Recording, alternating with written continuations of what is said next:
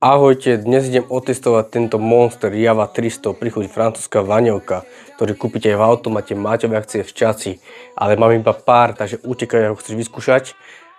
Je od Maťa a poďme si teraz vychutnať. A samozrejme je z Ameriky, ak som ešte nepovedal. Otvoríme si ho.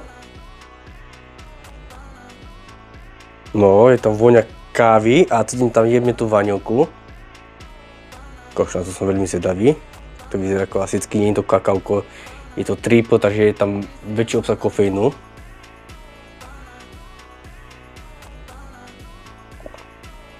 Ty kokš. Tá káva je tam úplne brutálne fajná pri chuť kávy a tá vaňovka tam je taká jemná, ale normálne ako keby som pil kapučinko vaňovkové alebo latečko. Je to proste za mňa výborné, proste Monster vie robiť takéto energetiky. Takže ak chcete vyskúšať, utekajte, pretože je iba pár. Čaute.